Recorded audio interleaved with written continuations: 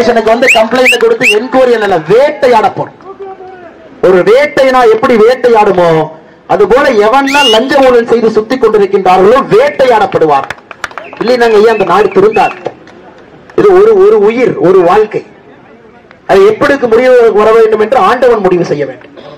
இதை ஒளிக்காட்டி நம்முடைய குழந்தைகள் இந்த மண்ணிலே நிம்மதியாக வாழ முடியாது. ஒரு பிடிஆர் போனா பிடிஆர் பைய வருவா, மூர்த்தி போனா மூர்த்தி பைய வருவா, KN நேரு போனா KN நேரு பைய வருவான்.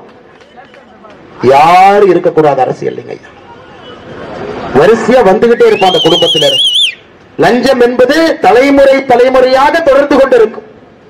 குடும்பத்தில் எல்லா அரசியல் இருந்து ஒதுக்கி வெளியே போயிடுற, வேற வேலை பார்க்கணும். யாரும் அரசியலுக்குள் இருக்கக்கூடாது. ஊழல் செய்யக்கூடிய குடும்பங்கள் எதுவும் அரசியலுக்குள்ள இருக்கக்கூடாது. அதை ஒரு வேள்வியாக பாரதிய ஜனதா கட்சி கையில் எடுத்து இதுல பங்காளி கட்சி எனக்கு பேர் வச்சிருக்கிறாங்க. என்ன பேருங்க? அண்ணாமலை பாரு பூச்சாண்டி மாதிரி இருக்கிறாங்க. ஆமாங்க ஐயா, கொஞ்சம் தாடி வளர்ந்து போச்சு. ரோட்லயே தான் இருக்கிறோம், வெயிலே தான் சுத்துறோம், காடு மேட்ல தான் சுத்துறோம். அவங்க எல்லாம் ஏசியில் உட்கார்ந்து இருக்கிறாங்க. ஏசியில் உட்கார்ந்து பேரம் பேசிட்டு இருக்கிறாங்க. அண்ணாமலை வந்து பூச்சாண்டி மாயாண்டி.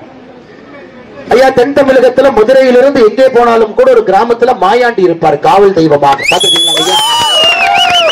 இன்னைக்கு உங்களுக்கு எல்லாம் காவல் தெய்வமாக மோடி இருக்கின்றார். மோடியினுடைய படை தளபதியாக நாங்கள் நின்று கொண்டிருக்கிறோம். அதுக்கு நீங்க மாயாண்டின்னு சொன்னா பெருமையா அந்த பேரை சட்டையில பச்சை குத்திட்டு கீழே வரும். பூச்சாண்டினா என்னங்க ஐயா? திருநூறு பூசுகின்ற ஆண்டிங்களா, அதான பூச்சாண்டி.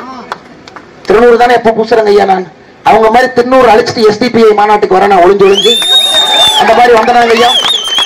அந்த மாதிரி வந்தனா ஒரு முன்னாள் முதலமைச்சர் தீவிரவாத இயக்கத்தில் இருக்கக்கூடிய மாநாட்டுக்கு வந்து கை தூக்கி ஓட்டு போடுங்கன்னு நான் சொன்னா திருநூறு அடிச்சுட்டு மேடை ஏறுன்னா. அதனால பூச்சாண்டி என்று சொன்னால் அதையும் பெருமையாக எடுத்துக்கிறோம். அதை தாண்டி அந்த பங்காளி கட்சிக்கு சொல்றேன், கருப்பா இருக்கேன், கருப்பணசாமின்னு பேர் வச்சீங்கன்னா கொஞ்சம் நல்லா இருக்கும். அது கிராமத்தில் இருக்கக்கூடிய காவல் தெய்வம் தான். பூச்சாண்டி சொல்லியாச்சு, மாயாண்டி சொல்லியாச்சு. அடுத்த இன்டர்வியூல அண்ணாமலை கருப்பணசாமி மாதிரி இருக்கீங்கன்னு சொன்னீங்கன்னா முழுமையாக அந்த வட்டம் முடித்து விடும். எனக்கு பங்காளி கட்சியில உங்க மதுரை பக்கத்துல இன்னொருத்தர் சொல்றாரு, அண்ணாமலை லேகிய விற்கிற மாதிரி ஊர் ஊரா சுத்திட்டு இருக்கிறாங்க. அண்ணன் லேகியம் தானே விற்கிறேன். 27ஆம் தேதி பல்லடத்துல ஒரு பெரிய லேகியம் விற்க போறோம், பெரிய பாட்டில். அதை வாங்கி இந்த பங்காளி கட்சி குடிச்சா பாதி நோய் குணமாயிரும். என்ன நோய்ங்கம்மா? லஞ்சம், ஊழல், தெனாவட்டுத்தனம், அரசியல் நம்ம எல்லாம் அடிமையாக நினைத்து பேசுவது, ஒரு குடும்ப ஆட்சி. இது எல்லாத்துக்கும் லேகியம் 27ஆம் தேதி பல்லடத்துல விக்கிறவங்க ஐயா. நீங்க என்ன சொன்னாலும் பழைய பாரதிய ஜனதா கட்சி இல்லைங்க. வட்டி முதலமா திருப்பி கொடுக்கும். அப்படி எல்லாம் நீங்க சொல்றதெல்லாம் கேட்டுக்கிட்டு நல்லவங்க மாதிரி இந்த கட்சியில் நிறைய நல்லவங்க இருக்கிறாங்க. சத்தியமா நான் நல்லவன் இல்லைங்க. வேலை இல்லை, அரசியல் வேலை இல்லை. நான் கொஞ்சம் திருட்டு பயன்தான். கம்ப்ளைண்ட் கொடுத்தா எங்க வருவான் CCTV போட்டுட்டு தான் கம்ப்ளைண்ட் போய் கொடுத்துட்டு 2 ஆள் அங்க போட்டுருக்கோம்.